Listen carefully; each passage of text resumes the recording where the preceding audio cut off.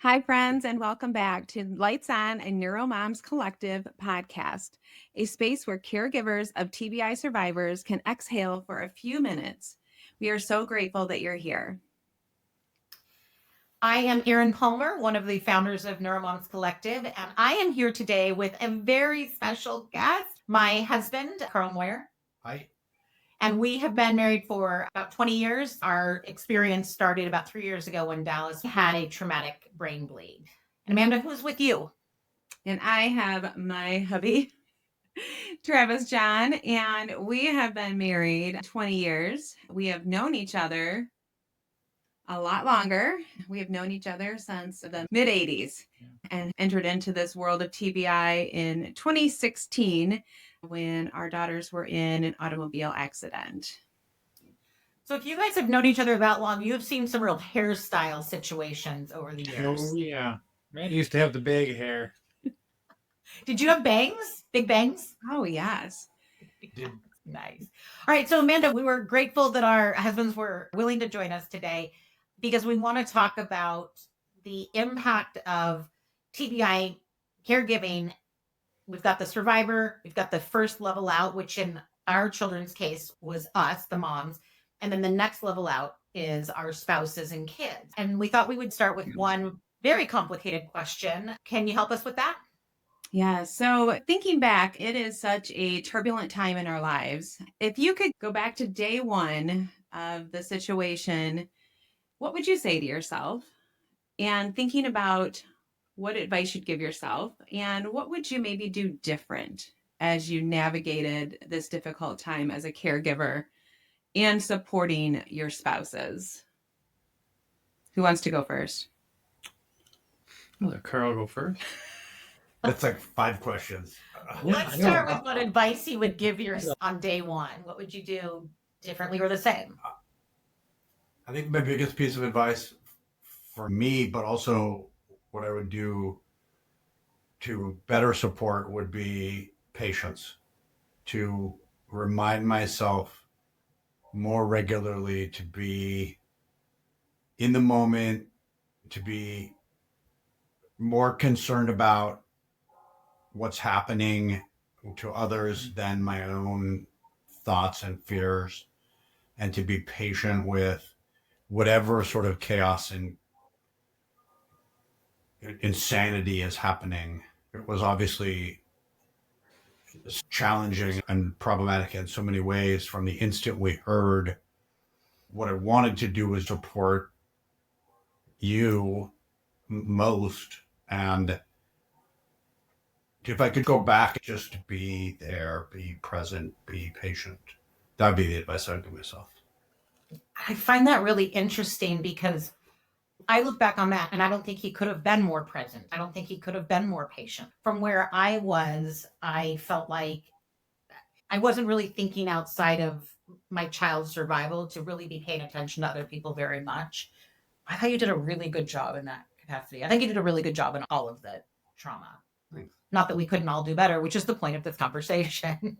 Mm-hmm. Trav, how about you? Any advice you'd give to yourself on that first day? I would probably agree with Carl on they'd be more present. For me, it was hard to accept everything that was going on. I mess with animals. I do stuff with horses, and I think that was my escape. I wasn't there. This stuff wasn't happening.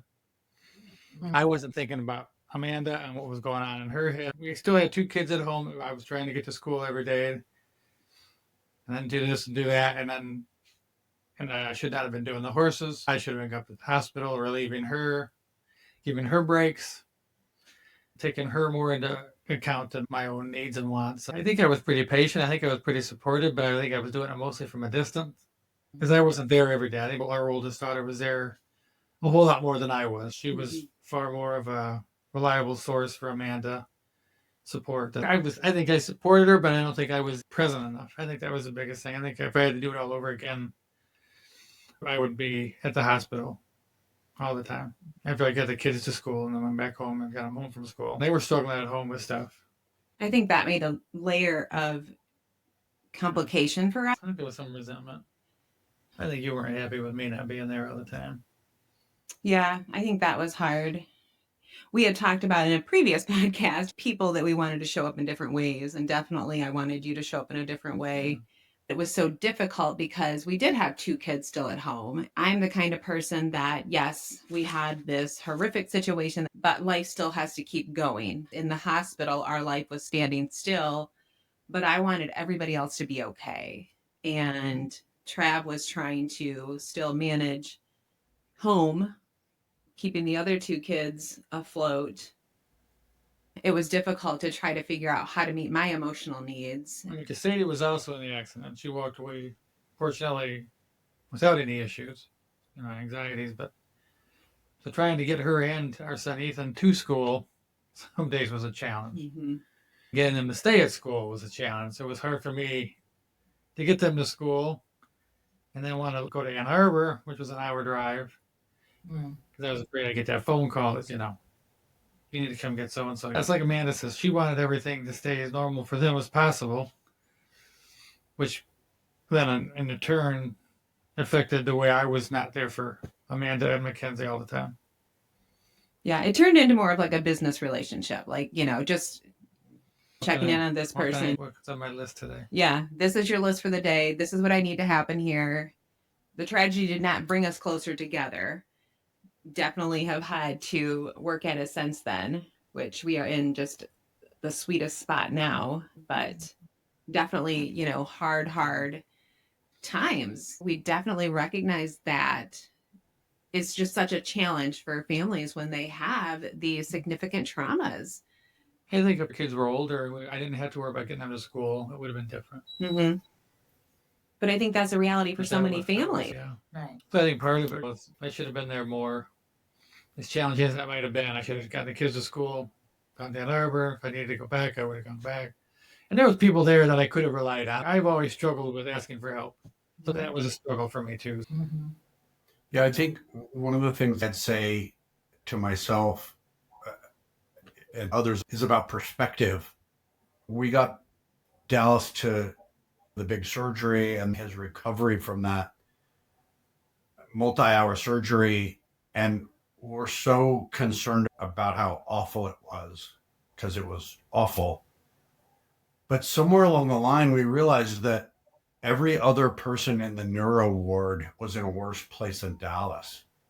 Well, I don't know what I could have said to myself that would have helped me process that better, but we have come to see that in almost every step of the way, Dallas is doing great. And it could have been so much worse. And I knew that's probably true in most cases. It can always be worse. And no matter how horrific, there's some optimism from that and some way to see some sunshine from that. But it's really hard to believe because our son was going to die, as we knew and what was possible. And to pull our head up a little and look around and say, oh my God, it could be so much worse. And I honestly, I don't know what to do with that exactly, but it's still true in the neuro ward. Even when he relapsed and when things got really bleak, but there were still people in the neuro ward all around us that were not in as good a shape as he was. There's just so much suffering in the world that for me, I think it's helpful to remember that. So to find a glimmer, that's what we talk about on this show, of gratitude. It was really hard for me to be grateful for Dallas's situation. He couldn't speak. He couldn't see. He was in a coma. When he was out of the coma, he was paralyzed on half his body. He had no idea where he was. It's really hard to be grateful for that. It's really hard to be grateful when the doctors are telling you that he'll probably never walk again, that he'll never regain use of his arms, that he'll never speak again. Really hard to be grateful in those moments. And yet we still had a potential path forward. And so we really tried to hold on to the idea that we could work towards that path rather than looking back, which is so hard to do. And with Dallas, when he believed there was room for optimism, when he believed that he could get better, he would work harder. Mm-hmm. And when he wasn't believing that he could get better, he didn't work hard. And so it becomes a self-fulfilling thing. And I think one of the things that you did brilliantly, but one of the things that I worked at was to be optimistic for Dallas because it affected the outcome. Well, and with the topic of being how do you support your spouses better or which ways were successful, I think when the optimism can come from somebody other than the primary caregiver, which in our case was Amanda and I, to have some of that optimism come from outside to relieve us having to be the cheerleaders every minute of every day, I think that was a really helpful thing because even though we were saying, I wasn't there with Amanda, but I believe very much that she was saying all the cheerful, optimistic things. Oh, I didn't absolutely. believe them all. And I needed a minute to go cry in the car. Well, she would be real positive around Mackenzie, in front of Mackenzie, but yeah, she would step in the hallway and she would cry in the shower. Mm-hmm. Yeah, See, I did shower, Aaron. that's the first few days. Yeah. But I would bring her fresh clothes. I think I got them right most of the time. Nice. There's a glimmer. There's a glimmer. When you say that about it coming from outside, that was one thing we were talking about last night, the support and positivity that we were surrounded with. Again, we were blessed that we were within driving distance home into the hospital. Yeah. And you had shared some of those glimmers and those people. Well, Amanda was asking me questions yesterday, and one of them was about like one thing that happened with somebody that kind of showed up.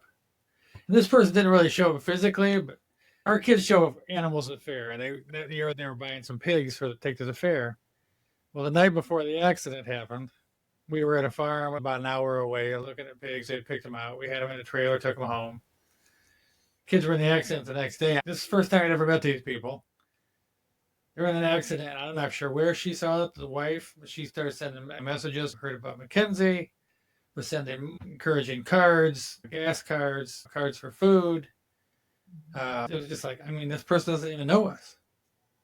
And she came alongside with the encouragement. Besides the community that was overflowing with support, with fundraisers and just visitors nonstop.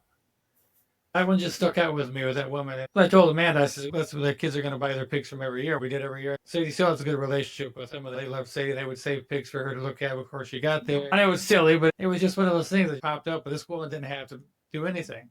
We just bought 4 pigs from her. We weren't anything to them. But she also, I still see something on Facebook and I see where she likes it or loves it or something about the kids and stuff. It was pretty meaningful. There's a lot of good people. I think that's amazing. The isolation that comes with critical illness, a TBI or another form is crushing. And to have your community show up in different ways, if we could look back a little bit on the relationship side of it, maybe something we could encourage other people to do is to try to step in to almost give a date night for a couple whose child has been in this situation. I doubt that date night's going to be very romantic, and I doubt it's going to be, a particularly joyful event, but you have to be near that person sometimes. And we were separated by thousands of miles at times, but like we're sitting here right now and his hand is on my knee. Like you guys are touching on the couch. When you don't have that, makes the distance so much worse, and it makes the grief so much worse. We're grieving for our children, and we're grieving for the loss of everything, but one of which is that distance that grows between you, because it has to. It doesn't matter how good you are and how in love you are. There's physical and emotional distance between you. If people can somehow try to allow a couple space, I think that would be really valuable. And that was a problem we had once Mackenzie really started doing better. She wouldn't let her mom leave the hospital. Mm-hmm. We weren't even allowed to go down to the cafeteria and get food or leave, or she would have a panic attack or get real nervous. We left one time to go watch Ethan play baseball. We were like half hour away. Mm-hmm. And Amanda started getting messages. We had to leave the baseball game because Mackenzie was just... So, I don't blame her for any of that. This was her person, still is. But I think that was one thing, that's why we were talking last night too, that we should have gotten where Amanda could have left the hospital. Maybe it would have been me that stayed overnight, where Amanda could have gotten a break, or somebody like Catherine could have stayed and we would have relieved her in the morning. Amanda was there. She never left the hospital. Like she had a permanent butt implant on the couch there. In hindsight, it's clear you should leave the hospital. There were times that I struggled to get you out of the hospital. Like we knew that the right thing was to leave and do some other things, you wouldn't go. Yeah. And you'd say, if you could do it all over again, if you could say whatever you wanted to say, I don't know what you could do or say, except in this case, people may have examples of the two of you saying now, I wish I'd left. I wish I had gotten out. And maybe people can learn that piece because it's so valuable. We pried Aaron out of the hospital one night and went to a Mexican restaurant far away from the hospital. The goal was to get physically, not only out, but physically create a great distance. We created a hilarious memory because we stumbled into a minor celebrity. Minor to us because we're old. Right. Youngblood, he's this very famous artist, but not if you're old. And he was at the restaurant, and Dallas's girlfriend was with us. She was like, "Oh my God, it's Youngblood!" And I was like, became 12 years old. we had no idea what was happening. And she's an introvert. My husband's an introvert, and they're like, "You, Aaron, have to go up to him." So I stumbled up to this guy, and I said to her, "I'm not calling him Youngblood. Do you know his real name?" And she was like, "Dom. His first name is Dom." And I was like, "Fine, I will call him Dom." So I walked up and I was like, "Are you Dom?" And he said, "Yes." So I said, "I'm so sorry. I don't know who you are. You don't know who I am. But my son is in the hospital, brain surgeries, his girlfriend. Can you help us out?" And he recorded this video for Dallas that was so cute. Oh, that's awesome. So there were glimmers, but I was afraid to leave the hospital because I was afraid he was going to die when I stepped away. I didn't want anybody else making decisions. I didn't believe anybody else could care for him better than I could. And if somebody made a decision on his behalf, it was the wrong decision. And, there's a lot of guessing in brain injuries. You do the best you can. One of the surgeries that we approved, you only have a 13% chance of surviving. I made the decision for that surgery by myself. I was the only one that signed that paper. I obviously spoke to my husband. I spoke to Dallas's bio dad. We had a conversation, but ultimately I didn't want anybody else making that decision because if he died, and the odds were very, very strong that he was going to die, I knew that I would die with him. And I didn't want anybody else to have that burden. So I didn't want anybody else there because if we lost Dallas, I'd go too. And I didn't want to take anybody else down with the ship. Conversely, if somebody else makes a choice and it turns out to be the wrong choice, you're mad at that person forever. Right. And you're mad at yourself for letting somebody else make a choice. So there wasn't a good way to win. Yeah, they would probably say the same thing. She didn't want anybody else making decisions. She didn't want to put the pressure on anybody else. I think that was a big thing with her. It's that guilt. You feel the guilt, the pressure that this is your child and they're in this pain, they're in this situation, and we can't do anything to make it better, but to physically just be there. Yeah. And in your role of giving advice to other people potentially in the same boat or similar boat, you should get over some of those barriers and get out because it's good for yourself and it's good for your spouse and it's good for everything. And you're not leaving the hospital the night before the surgery. Amanda wound up in the hospital on the day of one of Maggie's surgeries. So the big surgery when they were doing a lot of that stuff. Yeah. She's in one end of the hospital, which is like a half an hour walk. Mackenzie's in the other. Again, thank you for Catherine, because I don't think I would have had a clue what to do. She's in the ward with 30 people. They had no beds. People were screaming and whining and carrying on. And then we got Mackenzie. They put the flat back on. They're taking it off that night. They're putting the flat back in. So yeah, here I was kind of thrust into the position of, we said we got her messaging us in all hours of the night. What's going on? Haven't seen the doctor yet. I don't know. We'll let you know when you can. You go back to bed. Literally, Travis has a cart like you have at the hotel. Like a hotel cart with all this crap on it. We're in one of the waiting rooms. And Catherine and I were taking turns sleeping because Amanda says, "Don't let anybody steal my stuff." So I got that pressure on top of me. Take care of her baby. And then, oh yeah, it was a fun. I think I got about 10 minutes of sleep that night. So it was good. But the doctor, he was phenomenal. I can't remember his name, but he was just amazing. Dr. Gardner. Dr. Gardner. Come visit me and take care of my child and my stuff. When I needed to be there, I was there. Yeah. Hi, folks. This is Erin. We are going to stop halfway through our conversation with the husbands, and we appreciate you being here. This has been a nice conversation about the glimmers of gratitude and some of the challenges and positives that come from working through a critical injury with your child and how that affects your other kids and your relationship and kind of life. And we really appreciate the husbands being here, and we look forward to them joining us in the future. Part 2 will be out next week, so do be sure to join us for that. And like, subscribe, and follow us on YouTube, Apple, Spotify, anywhere you get your podcasts. Thank you.